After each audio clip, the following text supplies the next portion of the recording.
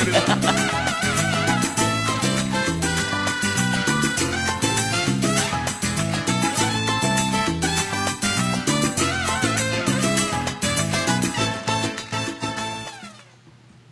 morning, everyone, and welcome to Today, Mañana.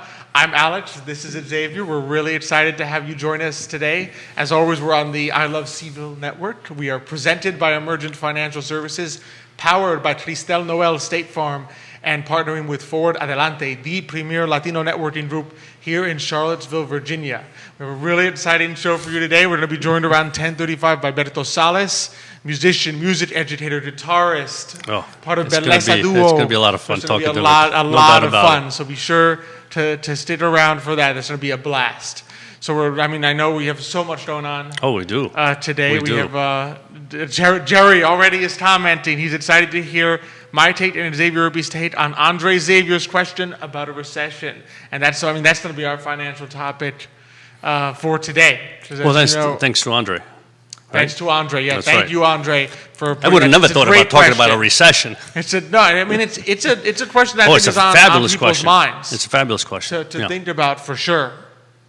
So it's definitely something that we've been asked before. It's not the first time, just when you're a financial advisor, but I think it's definitely coming a little bit to the forefront again, given how long it's been since the last recession, inflation picture. I think it's more because of the inflation that we're getting that people are concerned. Because let's face it, we had a recession last year. Yeah, in a sense, it's true. It's true. So it's a different kind, but exactly. After what we had last year, you would sit here and say, there's just no way we're going to have a recession anytime soon because the economy has to get going, right? But there's just a lot going on that's beginning to place questions as to whether or not we may see one, right? And so that's what are your thoughts? When someone asks to you, Xavier, do you think there's going to be a recession next year? Hey, what sort of goes through your mind? Well, the first thing I tell people is that nobody knows. And I say that wholeheartedly in the sense that if you look at the experts, and we are part experts, but there are people out there that I would say are even more experts. And by that I mean, you look at, for example, the Federal Reserve, the people that work at the Federal Reserve. There are those that believe one thing, and there are others that believe a different thing. And like, for example, with regard to inflation, right? Powell specifically, even yesterday, still believes that inflation is transitory, right? The gentleman from St. Louis, right? Bullard, I believe it is. He's the president of St. Louis Fed. He not necessarily in agreement with that, and he also thinks that the economy is, at this point, they've done everything they had to do to get the economy going, right? So he's thinking they should pull back. That's right. So he's thinking they should pull back, meaning that they should begin to slow down, because the Fed has two mandates, right? Get the economy, basically going in the sense of low unemployment, full employment, and controlling inflation. So they're sitting here saying, Powell's thinking, we're not at full employment yet, and I would have to agree with that, right? We're really not there yet. And then Bullard's saying, yes, but inflation is beginning to get out of control, right? So what is the Fed going to do? And I think that is the key question. So are we going to have a recession next year or anytime soon? And it really is a function of how much inflation we get. That's my opinion. How much inflation we get, because in essence, what we've seen so far is that we have seen prices skyrocket across the board for two reasons, I believe. One, wages have gone up. And I think wages have gone up again is because more of a supply demand. The demand for workers, shortage of labor. Demand is people more to get them to come perfect, work. Exactly. And there's been a bottleneck in the supply chain, right? Also in the trucking chain. So all that has risen prices. Yep. And as you were mentioning, as we were discussing yesterday, you can't discount the fact that oil went from oil, which undergirds so much of the prices of everything else in the economy. You're transporting things, and pretty much everything you transport goods on and even uses oil. Or even plastics. Plastics require, and oil basically has gone from negative. That's right. Pricing this time of year. You had to pay people to take your oil. That's right. To what are we talking now? Around $75. $75 a barrel. So you talked about something that goes from essentially negative to 75. That's going to push up the prices for everything else. That's right. And let's not forget that before the pandemic, oil prices were ranging between like 35 and 45, right? So And we're even high. We're double. So we are exactly. So we are double because of that. I mean, granted, part of that is policies that have been, the change in policies by a different administration, right? So that does impact prices, right? However, the important thing here is that because of these bottlenecks, because of the raising prices, companies have basically said, we have two choices. We can swallow the cost or pass it on to the consumer. My feeling is the consumer is going to dictate how much inflation we get. Exactly. Because as long as you can't pass on indefinitely to the consumer. No, exactly. As long as the consumer says, I'm willing to pay. I mean, look what happened to lumber prices. I mean, lumber prices went from, I think, at the beginning of 2020, lumber prices were about $400, right? They skyrocketed. Really, I mean, even at the end of December, they were ranging at, maybe 500. So they weren't horrendous, right? But then, boom, they just skyrocketed to like 1,200 at the end of May. I mean, that's just enormous. It's 100%. They're back down now to about 600, right? And I'm giving estimates. It's not the exact numbers, right? So you can see that they've come down. Why? Because all of a sudden, all the home builders say, we can't afford it anymore. Therefore, we're not going to build. I mean, we can't afford these prices. So again, the consumer, into a certain respect, can dictate what happens there. So going back, because I know we want to get to the recession. Going back to that, the question is, if we have inflation that continues to bottleneck, right, the consumer. In other words, if the consumer gets to a point that says, I can no longer afford to buy X, Y, or maybe even go on vacation, right, that pulls everything back. Because remember, the consumer is about 80% of our economy. I mean, they really thrive. I mean, they make our economy go. Absolutely. So when the consumer is sleeping or not participating, this economy goes nowhere. So if the consumer feels that the inflation has gotten out of hand and they no longer want to participate in the economic activity, we will see a recession. I don't think, and again, I feel that recession partly will be a manufactured recession. In other words, not a recession that we see sometimes because particular industries, just slow down dramatically or something happens. Or too much inventory. Exactly. The economy overheats. Or something like 2008. And remember, the 2008 recession didn't start in 2008. It started in 2005, 2006. Why? Because policies changed back then as how to issue mortgages. And I always tell people, it's not one thing that creates recessions. It's a number of things, right? And the policies that are created, whether it be Fed policies or administration policies or fiscal policies, those are the ones you have to be careful about because they have ramifications, right? They have. And the problem with all those policies, they have ramifications. Like any Fed decision doesn't have ramifications in 2 months, That's 3 right. months. It has ramifications a year, 2 years out. Exactly. So by the time you see the ramifications, it's well past when that decision was made. I mean, the Federal Reserve basically kept rates too low for too long, years before the 2007, 2008 recession. Right. Not 6 months before the recession. It's not like they cut rates in 2008 and said, oh, that was a bad decision 2 months ago, you caused a recession. No, it's you made this decision 3 years ago. Exactly. Yeah. And we're seeing the ramifications. And you started to see that happening, right? And the other thing that I want to talk about was there are two types of recession, right? There's what they call the Wall Street recession and the Main Street recession, right? And the Wall Street recession means that the markets just begin to tank, and of course Wall Street, begins to suffer because of that, right? And then this Main Street recession, and that's the one that worries me the most, right? And we've talked a little bit about, what's going to happen to the stock market as long as the Fed panics every time the stock market starts to go down. You're not going to see a stock market recession. But the recession on Main Street is the one that worries me because one, that's what we had in 2020. Let's face it. I mean, exactly. It's the small business, which is the backbone of America, the one that got hammered in 2020, right? So if we continue this path of inflation, it is the small business that once again will be hurt the most, right? And if the small business gets hurt the most again, we will again see a recession that really targets or impacts basically the middle class and lower. The middle class and lower, the small businesses. And that's what worries me, because they are already struggling, and now they're dying to get out there, come out and say, I'm ready to go. And now they have to face the fact that every product they're buying is 3-4 times the price they were paying a year or 2 years ago, right? Exactly. And that's painful, because now, I mean, they, as opposed to a large corporation, they cannot afford to absorb the cost. They just went through a recession, they borrowed money or got grants just to survive, and now you're telling them, well, you're gonna, the consumer says, I can't buy this at this price, and it's like, well, I can't absorb the cost because I have tons of mortgages to pay and loans to pay.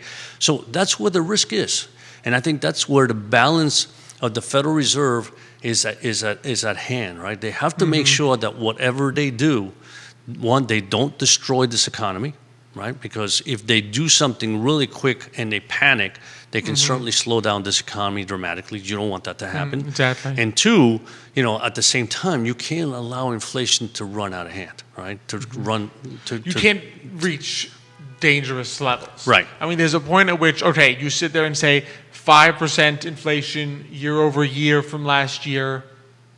Okay, right? We're coming out of a pandemic. Every price was almost at the bottom last year. That's one thing. You're talking, I mean, if you start talking, 7, 8, 9, 10, now you're getting to numbers that are so crazy that people, the consumers themselves, begin to say, well, I can't do this. I can't pay 10% more for everything than I did last year. Yes. It's just unsustainable. Exactly. So that's when I think you reach the issues where you start to think about recession in terms of what inflation may do to consumer behavior. I mean, fortunately, we're not there yet. That's right. And we may not get there. But that's where you would start to see concerns. Yeah, and I mean, to be honest with you, I am concerned even more so because when you look around the globe, I mean, you look at China today basically saying that they've slowed down, right? Which is kind of like, why are they slowing down? Europe has not even gotten started yet. So you look around the globe, I mean, South America, they still, we saw the Copa America, there's nobody in the stands. So you can see that they're not ready to go yet. So we have a globe where there isn't that vitality that you would expect, and yet we're seeing these prices, right, on especially on commodities that have risen so much. So my worry is, are we going to continue to see oil prices rise because eventually demand picks up, and and supply chains haven't been fixed yet. The supply chains haven't been fixed. Part also because at this point, remember, OPEC has now joined forces, which is sad because that wasn't there before. You can't allow people to create cartels of that sort because they hold you hostage, right? So OPEC, for those who don't know, that's basically it's a combination of oil-producing countries, not the United States. No. It's not part of it, obviously. A collection of oil-producing countries, mainly Middle East, but there are some others that join with them. I know there's a couple other countries that then join part of OPEC. They're not all in the Middle East. But they basically collude. Yes. I mean, there's no other word for it. They basically collude. They will talk to each other and say, how much oil should each of us produce to keep prices high? That's right. Right? Typically, when major other players like the United States are exporting oil, it weakens their power. When the United States pulls back and says, we're not going to produce as much oil, their power increases. Because now if they restrict supply, they can push up the price. That's right. And so that's a little bit of what we're seeing here. I mean, it's a choice we've made, but we're sort of seeing the ramifications of what happens when you decide to pull back. And that's the point that I was making before, right? In other words, the policy and the changes that we make, across the board have an impact, right? And I think this is a large impact because we talked about this before. In other words, oil is such an important part, whether we like it or not. Whether we love clean energy and everybody loves clean energy, we're not there yet. Not even close to being there. Oil runs the world. The prices. Exactly. So if you continue to go down the path of reducing the amount of supply that you yourself can produce and allow these other countries, which basically their economy is oil only, then you're in trouble because they're going to hold you hostage. And so that's what's happening. So I mean, what do people do? So I definitely want to get to at least a little bit of how should the average person respond. Okay, so you're sitting here, you have these concerns, right? And we're not saying there's going to be recession, but there's at least some concerning data out there. Not all the data is rosy, right? So what do you sort of have to think about either from an investment standpoint or as just an average consumer out there? Because, I mean, panic is the last thing you want to do. No, of course. No, panic is always the worst, no matter where you are, what you do, what the situations are, right? Panicking doesn't help anybody. From the consumer point of view, I think the consumer, if I was said, the consumer is the smartest brand out there, right? They know what they want, they know what they need, and they go out and do it, right? And I said, if the consumer stops buying, you'll see prices come down, right? So the consumer will be fine in the sense that they'll decide what they want to do, how they want to do it, right? Again, the small businesses are the ones that are mostly challenged, but they have no choice but to open up and begin to sell product, right? No matter what it is that their product line is, right? From an investment point of view, we've always talked about it. You have two choices, right? You have a choice of being in the market, and you're going to participate both in bull markets and sometimes in challenging markets, right? You always can say, if I think it's a challenging market ahead, you can certainly say, I'd like to have a more conservative portfolio. You can go to your advisor and say, what do you think? Should I have a more conservative portfolio just because I feel this is happening? And maybe the advisor says no, or maybe the advisor says, yes, we agree, whatever it may be, right? So, but long run, you never want to be in a situation where you panic, you sell everything and say, I think there's a recession coming, and lo and behold, it doesn't come. I mean, think about it. The worst thing you could have done in the middle of 2008 would have been to sell. Exactly. Right? But I think what also, and I think a lot of people would tell you that, I think what you hear less often is, if you had predicted 2008 and 2007, it still would have been a bad idea to sell everything and not buy it back. Right, but exactly. You would have had to time it perfect. To buy back. You would have had to sell at the peak in 2007 and correctly guess that March 2009 was the bottom of the market. Otherwise, you just begin to miss out. That's right. On a lot of growth in the market. And I think in some ways, the best way from an investment standpoint to be protected and prepared for a recession in the markets, right, is to have the right risk tolerance for yourself as if there was no recession. Know yourself well. If you think about it, if you're a young person like me, you have a lot of risk in your portfolio. A recession such that it damages my portfolio, I have 40 years to get it back. I'm not worried about that. If you're someone about to retire, a little less now. I have less than 40 years now. I think it's 39. Just. I have a birthday, and immediately we get the crash that I have less than 40 It's just life. years. I mean, we all have birthdays, That's just me. Wow, I'm very surprised that came out there. I'm just going to pretend that I didn't hear that comment. But in the sense of like, if you're about to retire, if you're 55, 56, the best thing you can do to protect yourself in the recession is make sure that your portfolio, it has the right risk tolerance. In other words, if you're 55 and your portfolio hasn't been adjusted for 20 years and it's still at a medium to high level of risk, well, there's your problem right there. That's right. Whereas if your portfolio has been adjusted to be conservative because there's a knowledge that you're retiring in 5 to 10 years, you by nature, by default, the very fact that you have a portfolio with less risk is going to protect your portfolio during the recession. You don't actually have to go out and sell everything. You just have to make sure that your portfolio actually has the level of risk that's appropriate for you, independent of anything that's happening out there in the marketplace or in the economy. Right. And I'm just going to give you this before we get to real fun. No, before we get into fun. I remember, and I can't remember the person's name, but there was a hedge fund manager back in 2006, right, which basically was shorting the mortgage market huge, right? And he made billions, and I mean billions, because he got it right, because the mortgages crashed, right? Just to give you ideas how there's no such thing as geniuses of perfection out there, right? Thereafter, 3 times he made bets, which were all losing bets. He bet huge on gold when gold was already at the all-time high. He bet that the stock market would crash. It didn't crash, right? And I forget what the third bet was. But my point being is that you can never be right all the time. You may be right that one time, and obviously he made tons of money, and that was great, right, by him. But you can't be right all the time. So the important thing is, as you said, understand yourself, recognize what your risk tolerance is, what your time span is, what you want to save for, and just put that money to work and not worry too much about it, right? Because if you Exactly. start panicking at any point in time, pretty much, and I'm not allowed to say this word, but in this case I can guarantee you're going to make the wrong decision sooner or later, right? And that's not what you want, right? Exactly. And that's really the key there. But a great question, very important to think about. And again, maybe we didn't have a precise answer like, yes, there will be.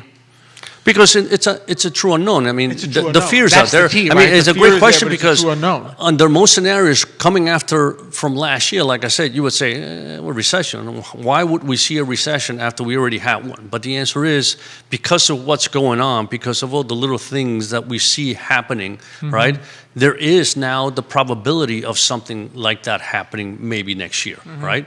Is the probability high? I don't believe so, but it's there, and so you have to. It's a non-zero, exactly, right? Exactly. The key is always it's a non-zero probability, and I think the one mistake I remember from my behavioral economics that the one mistake that people often make is to misgauge the risk of tail events, meaning highly unlikely events. We think that a highly unlikely event has like a 1% probability, when it might actually be a 5% probability. And that's a big difference. That's a huge difference. I mean, last year probably tells us a little bit how you gauge what are the odds of this happening? Well, very low. Yeah. And there's a tendency to think, well, very low means impossible. But no, very low means if something if something happens once every 100 years, it's going to happen. It's going to happen. That's right. That's right. It doesn't mean it's never going to happen. That's right. Exactly. I can guarantee you it will happen once every 100 years. Black swan events are happening more often. Exactly. Just they're not that much of a black swan. That's right. But yeah, Nicholas Urpí has a little comment for us. Bill Gross has also had not much success at his predictions other than his one win. Well, he had quite a few in his previous life at PIMCO, but however, in his last 5-6 years, he's been wrong quite a lot. I mean, even PIMCO, I remember well in 2006. I mean, for 5 years they were in treasuries only because they were expecting to crash. Well, eventually they got one, but that's 5 years sitting around in treasuries. That's a lot of return they sacrificed. And Leah says, thanking us for last week. Thank you for mentioning them and the people of Miami. I follow you guys. Always is a pleasure. Thank you, Leah. We love you guys. We love you, Leah. And we're ready, aren't we? We're ready. I'm ready for we're ready for some fun music, some good music. So we're really excited to be joined today by Berto Salas, musician, music educator, and guitarist for Beleza duo. Berto, such a pleasure to have you on with us today. Hola, Berto. Hey, hello, everybody. Good morning. Good morning, guys. And thanks for having me here. It's very a pleasure. exciting to be here. It's a pleasure. It's a pleasure. I always remember fondly when you played for us at Chet Lewis Passion Work for Adelante. Wow, you and Vincent. Yes. Just the excitement. You definitely had a song in there from Buena Vista Social Club. Oh, yeah. So when I heard it, I'm like, there you are. This is perfect. The Cuban in me is like, Buena Vista Social Club. Yes, we love playing that kind of music as well. Yeah. It's a blast. So, so for those, I think a lot of our guests know you, but for those who don't, especially from other places, tell us a little bit about your musical journey. How did you come to play guitar and then to play with Vincent and to play for Beleza Duo? Just a little bit of your story, wherever you want to go. Okay, well, wherever you want to go. From the beginning. Okay, for those when you were 5. When I was 5 years old, back in Brazil. Okay, for those that don't know me, I'm from Brazil, from Salvador, Bahia. Salvador is the city, Bahia is the state, the northeast state of Brazil.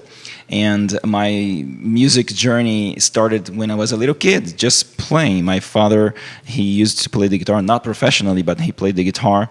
And I remember seeing he had many guitars, and on the weekends, and he used to change the strings and tune and clean and do that kind of thing. And my brother and I was just playing around like kids, right? We were 6 years old, grabbing the guitar, untuning everything. Undoing is hard work. I know, right? And then my father said, okay, the only way for me to stop that from happening is if I have to give them a guitar. So they gave us a small guitar that looks like a ukulele, but in Brazil it's a guitar that comes from Portugal called cavaquinho. It has 4 strings, but it's not, looks like an ukulele, but the strings are steel strings and different tuning, and it's very high pitched. They use it to play, very popular in Brazil. We play samba music there with this instrument and play shore music as well. So we started off with that, but kids, we got a little guitar, and you look at the table, you see a big guitar. Kids want the big toys, not the. You want the big guitar. I know, so it didn't work quite well, but so we had a good fun with this. But by the age of more or less around 9 or 10, that's when I started to get more involved with the guitar, and my brother and I tried to learn songs from that time back in Brazil. But it was hard, because we grew up listening to Brazilian choro, Brazilian samba, and the bossa nova style from Tom Jobim, João Gilberto, and all the contemporaries. So it was very hard it was a hard journey, but everything started by ear. Wow. Just learning by ear, until I decided to attend a music conservatory to dive in full on into music. Because at the time I loved Brazilian music as well as Spanish music, so Spanish flamenco music. So and then when I listened to both, I got, oh my gosh, I need to learn how to play that. I need to do this. I need to do this. It was like a search, for me and a journey. So then I went to music conservatory back in Brazil at the Federal University there in Brazil, which I still have my dear friend and master classical teacher Mario Ulloa, amazing. He's from Costa Rica, and then he's an amazing guy, an amazing musician. So I was very blessed to have him as my mentor for those. So you have both, I guess, the natural training of by ear and learning there with almost like a formal classical training. Oh yeah, I did the full formal classical training. I had my degree in the classical guitar performance. Yeah, back in Brazil. Yeah, so it's a long journey. When people say by ear, it's got to be a gift. I know my wife's father, right?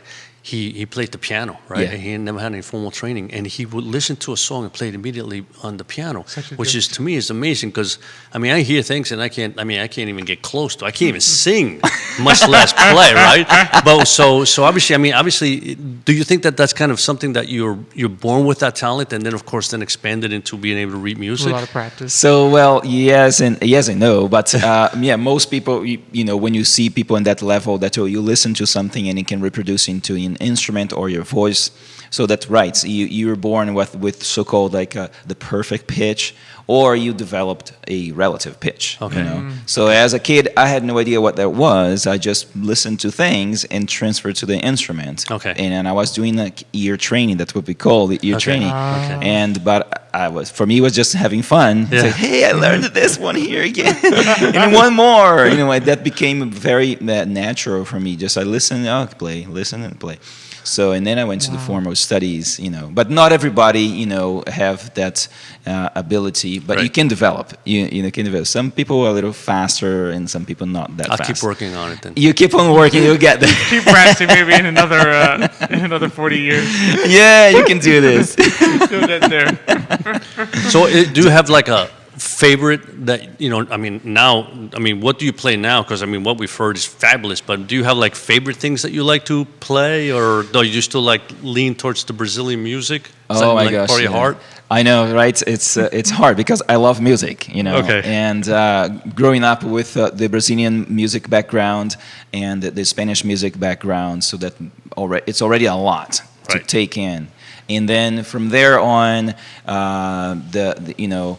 doors opens for jazz music or Middle Eastern music or Indian music. Wow. And then I go, wow, this is so amazing. Wow. This music is great. So I absorbed a lot of content from different parts of the world, and I love them.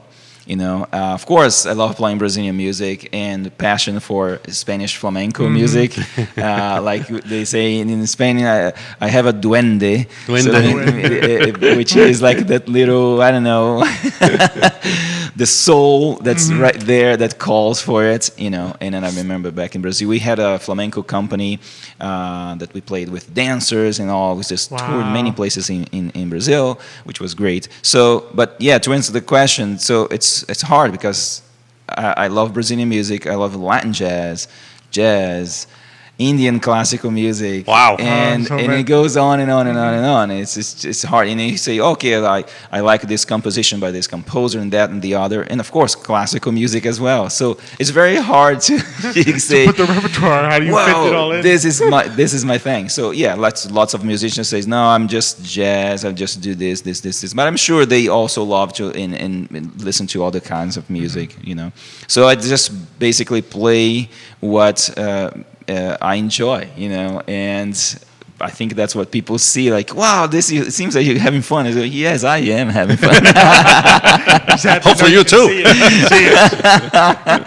So, what led you to Charlottesville and then to form? Tell us a little about the groups the transition now. Yeah, exactly. So then, back in Brazil with the learning music there and then graduating in music conservatory, so I started to teaching there as well. You know, assistant professor, and then I taught there for about 10 years or so in the same institution, and then that's where I met Madeline. So she came to Brazil to visit, and a friend of mine, a mutual friend, his name is also Berto, and I don't know if he's logged on right now, but if he's not, he will see later. So he's a drummer, great guy, great friend, and he met Madeline first, and then he tried to introduce her to me at the time, and saying, hey, I met this American singer, and she's amazing. She wants to do to make a quartet to play Brazilian music, and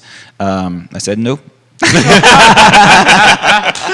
No, that's not gonna happen. And because before when she met him, so she wanted to have, you know, he said, well, let's do this so we can play some Brazilian music, and I have a bass player and a piano player is amazing. And she said, no, I don't want piano, I want a guitar, because you know Brazilian music is João Gilberto, Tom Jobim, that kind of thing. And he said, oh, I have the guitar for you.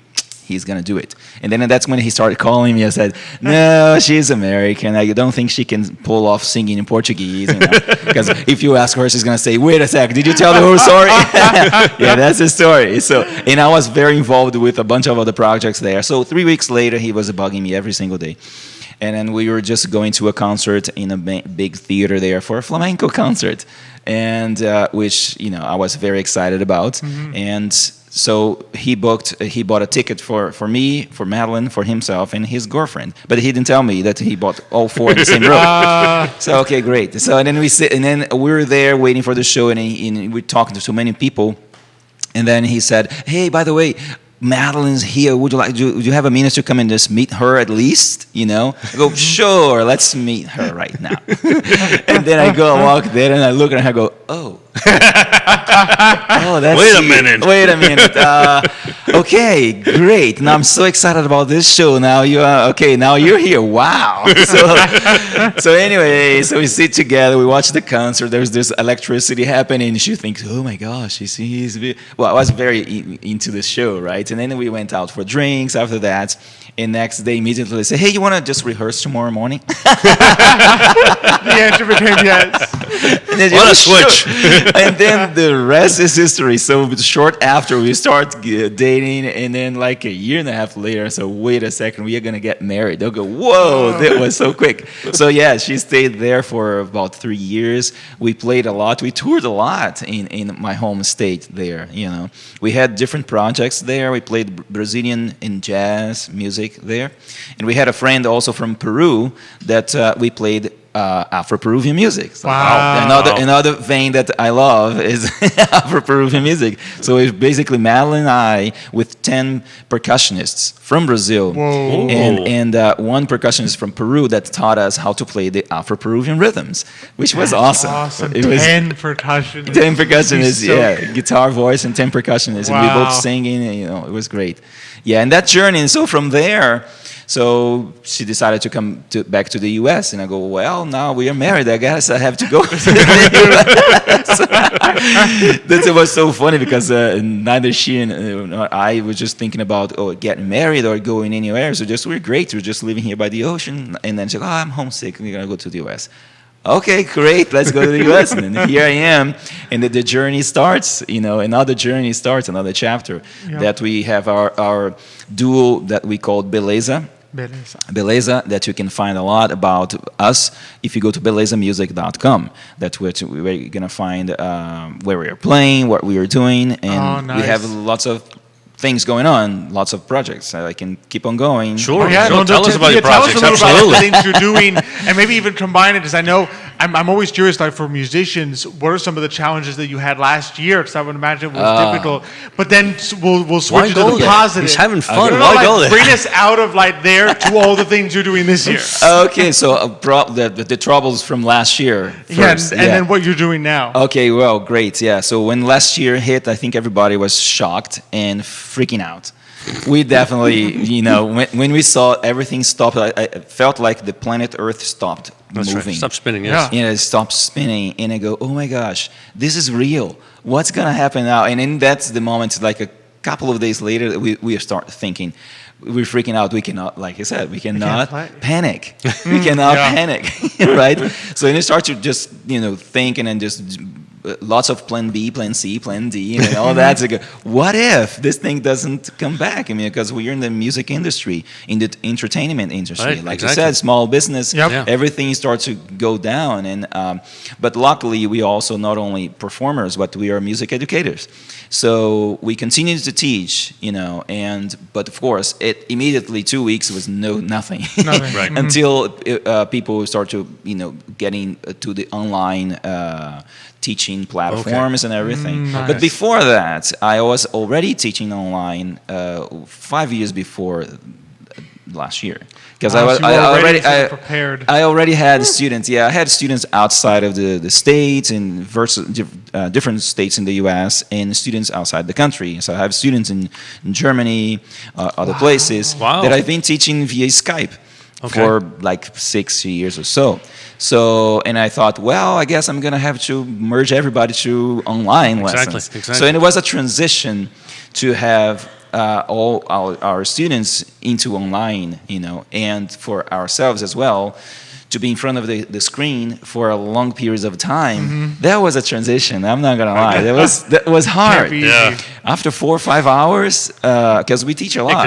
Because you're stuck at a certain. I mean, you can't be moving much, right? Because you got the screen. Yeah, you're the in front of screen. Yeah. So and that the light of the screen, so it kind of makes me tired. I mean, not only me, Madeline as everybody, well. Yeah. So everybody. So and then, I realized, and I just how hard it is for those professionals that have to be in front of the screen for a long time, and I go, wow. That's not easy, because I stay with my guitar for a long time, and that's great. That's right. That's really great.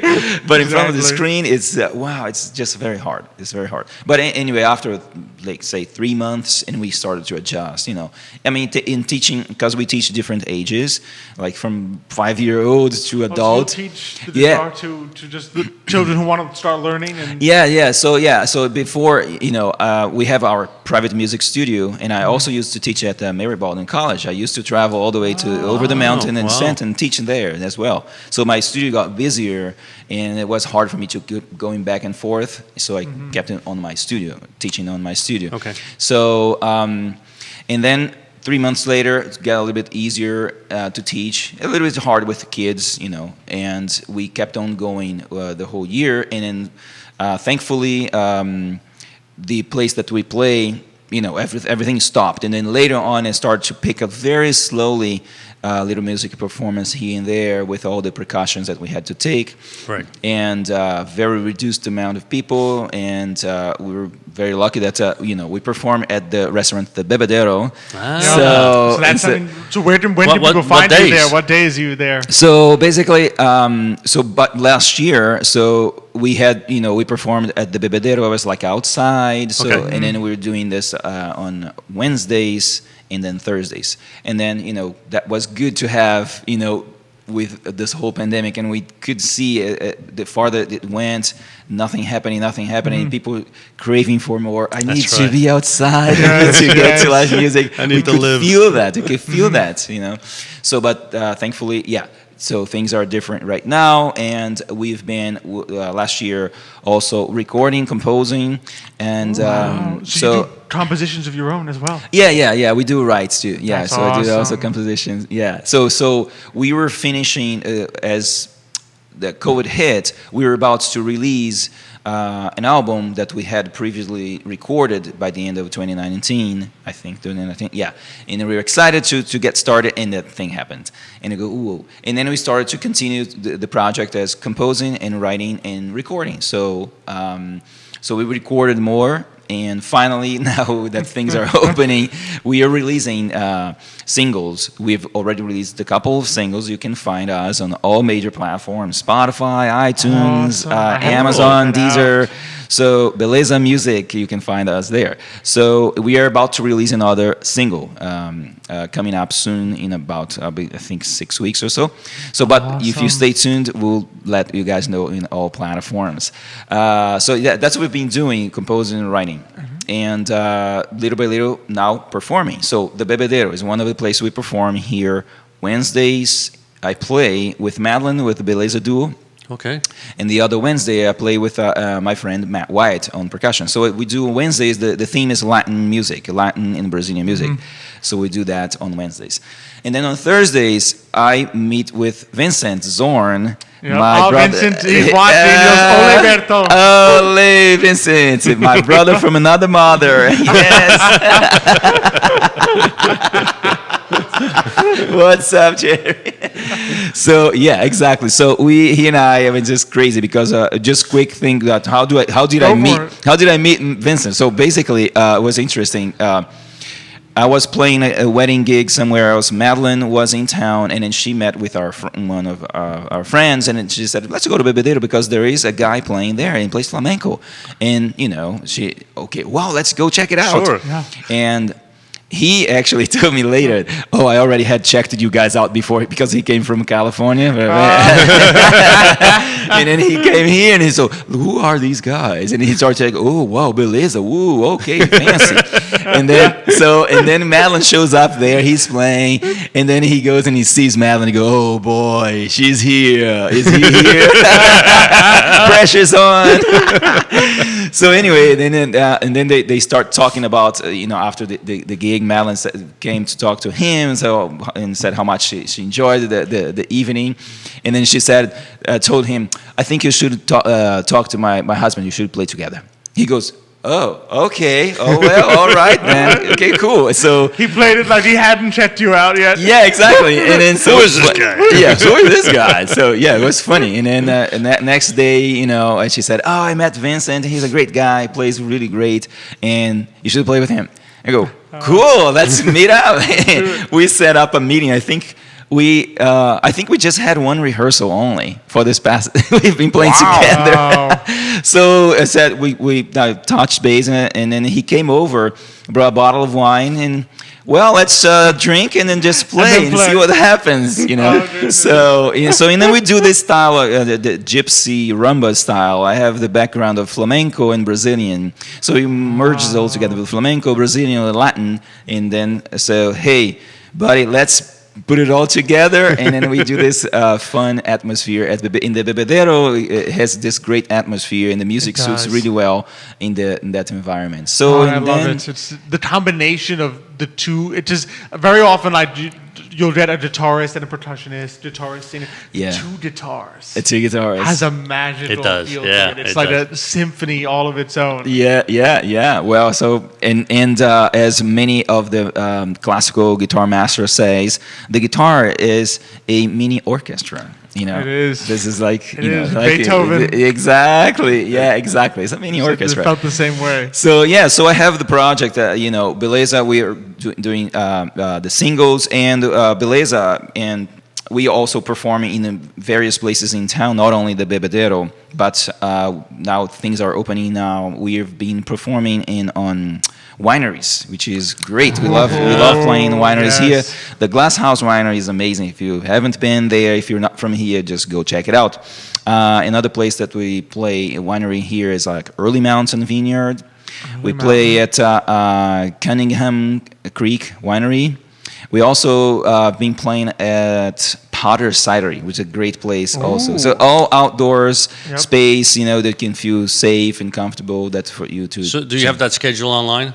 That is on our website, belezamusic.com, on the nice. schedule. Yeah, People can all see where they you'll can be find any day of the week. Yeah, they can find where. So we could just follow you from winery to winery. From winery to winery. And just enjoy the wine and Tuesday, music. Monday we're here, Tuesday here, Wednesday, Exactly. Bebedero, Thursday, Bebedero, Friday, Saturday. That's exactly what it is. Yep, that's true. It's like middle of the week is mezcal, the weekend is wine. Is wine. And whatever in between, maybe beer.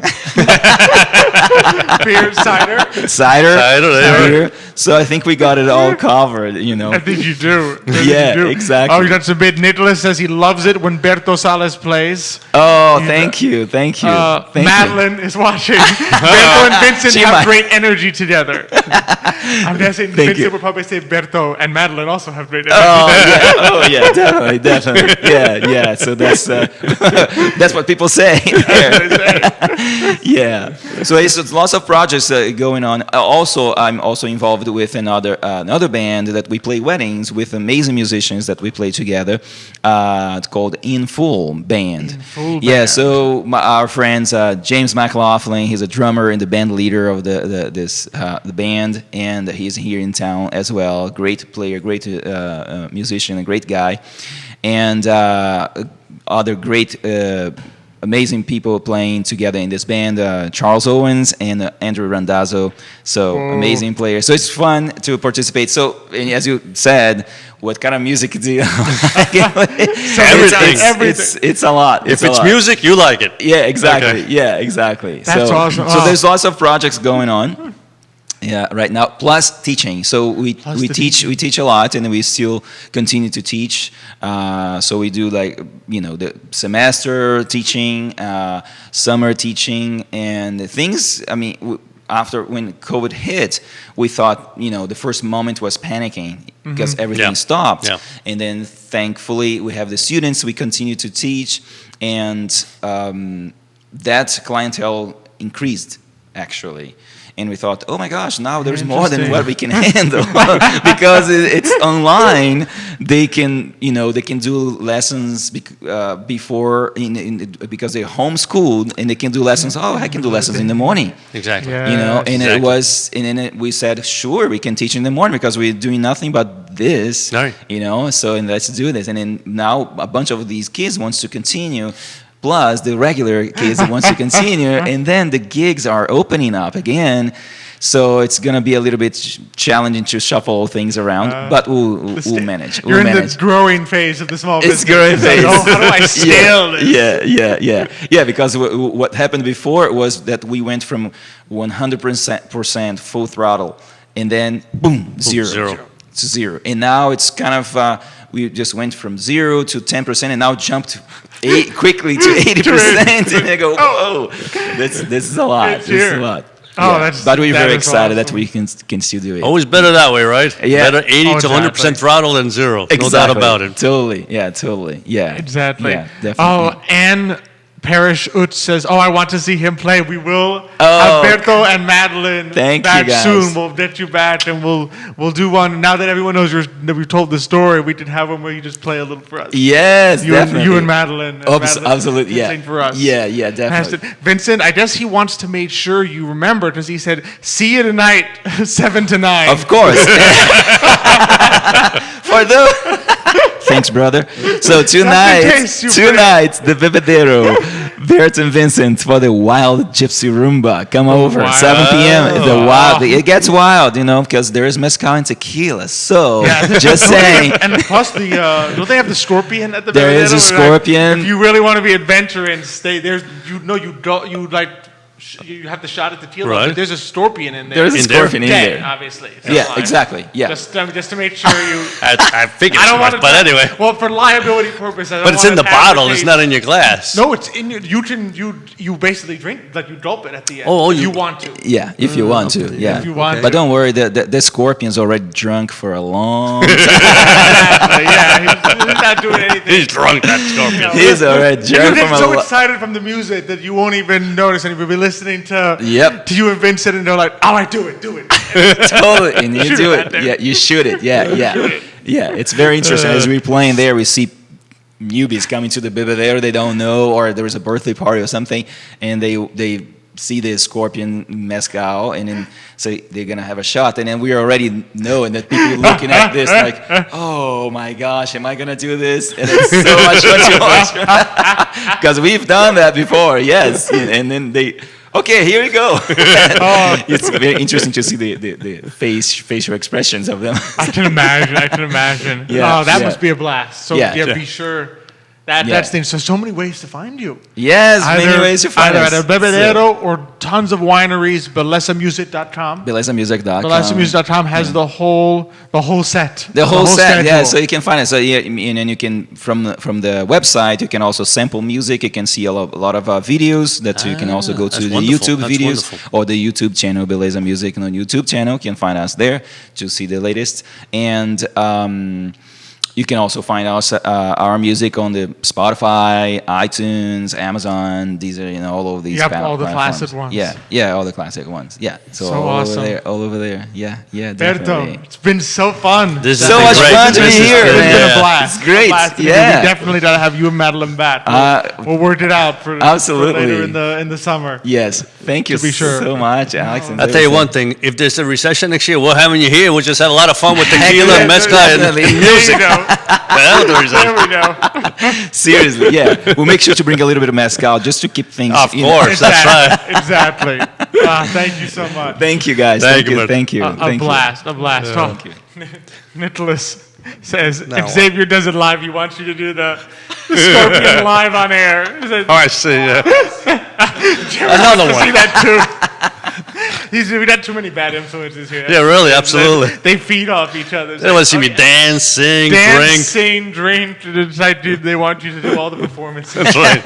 Yeah. All those things that you They can make fun of the old guy. That's what it is. You're so good at all of them, right? I'm sure, yes. So you should do dancing, drinking, and singing. So all at the same time. I mean, if we do the drink first, then the dancing and singing will come. For sure. Just to make sure, we do that part. We're not doing the right order there. So much fun. This was great. So much fun, and I mean next week's gonna be pretty fun as well. We're gonna have it at the very least Melody Robbins. Okay. I remember. For those who know Melody, she's a lot of fun. She's been doing Forward Adelante photography events. So for all the people that you see the Chuck Lewis Passion Award photos. You see those fantastic photos of Vincent and Berto playing at Chuck Lewis Passion Award. That's Melody's handiwork. That's right. She makes us all I forgot look about fantastic. There, so I she's forgot about join us, talk about photography, the thing, what she's up to now. Just a real fun time. Different type of artist, but this is great. We have artist after artist. Wow. Yeah, the right side of the brain is really kicking here in Charlottesville. How about for me? I had my rights. I do have that. You right got both side sides. In there. Yes. I do have it. So I thrive off this kind of. You get the right side from mom, and hopefully the left from dad. Hopefully. We don't know yet. Oh no, I think some of the Emergent Financial Services clients will probably attest. I have a little bit of the. No, you're doing better than that. I'm saying it's not a matter of you. It's whether dad gave you enough. Dad gave me enough of the left side of the brain. Can't say that. It all came from dad. Such a blast to do this show every time. It is. And I know before we left, we did want to give just a little bit of our saying that our hearts are with the people in Cuba.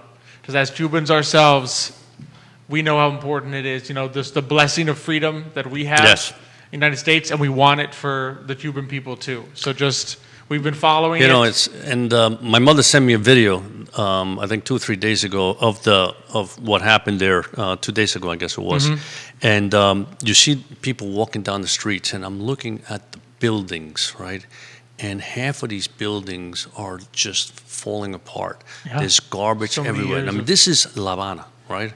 Havana. This is the big city. Once was the gem. And exactly. The gem of Latin America. And you look at it and you say, these buildings have not been touched for 50, 60, 70 years, right? There was porches. The bottom of the whole porch is gone, right? I mean, there's no concrete. And there's people standing on these porches. One day there's going to be an accident there. And I remember one thing that somebody told me, right? I mean, when you go to Miami, right, on every street, right, there's 2, 3, 4 restaurants that you can have lechon asado, ropa vieja, picadillo. You can have whatever you want. There are people in Cuba now that don't even know how to cook that because they can't find the product. Can you believe that? Because Cuban food cannot be produced in Cuba anymore because they don't find the product, right? It's just sad. I mean, it tells you what freedom brings. You were able to take Cuba out of Cuba and bring it to America. And it thrived. Right? And it thrived. Look at the Cuban-American story. Yes. It's such a thriving because story. It's freedom. People get to do what they want, right? And it's sad to see what's going on there. And I think it's nice to see that people... Sad in the sense of how bad it's become, but uplifting that... Uplifted that they're finally saying, we've had enough. There's a fight there. There's still you can't hold the Cuban spirit down forever. I'm happy to see that. You know, one day, we say it all the time, Cuba Libre, and some people some people doubt it, but I do believe one day we will see. It may not be in our lifetimes, but I think one day there will be a free Cuba, because you can't keep the Cuban people down forever, sooner or later. From your lips to God's ears. Yeah, that's what I want to hear. Exactly. God's ears. That's right. It would be nice to do. But yeah, just so our hearts are out there. You know, as Cuban Americans ourselves. Yeah. We are with them in spirit. 100%. Yeah. Absolutely. But yeah, a beautiful show. Just again, the beauty of the Latino culture and the music from just all the countries that have that heritage. Brazil.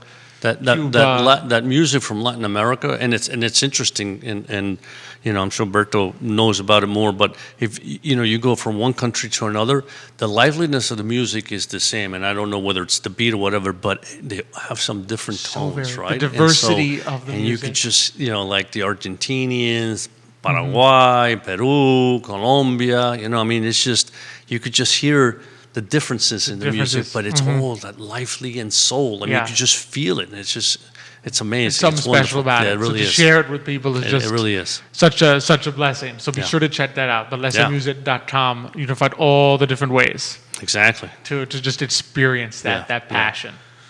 Feel it live. And feel it live. You can't replicate it live. Nick would agree with me. Live. Nick would agree with me on this. He always tells the story of the composer Berlioz, who said that you have to experience music live. He used to call it the musical fluids. Today we probably just call it the vibration of music, but in the 1800s it was like you have to go feel the musical fluids passing through. That's right. And there is a beauty. Oh, there's no doubt about it. That you can't replicate. Yeah. And so to have it there, to go experience it, strongly encourage. I mean, when we hopefully they open up, but when we do the symphonies at the Charlottesville Symphony, when you hear it live, it's completely different than when you hear it, through your iPhones or whatever. Can't be replicated. There's big difference. There's a feeling to it. Yeah. It's not just the sound; it's the whole experience. Exactly. That's unique. Yeah.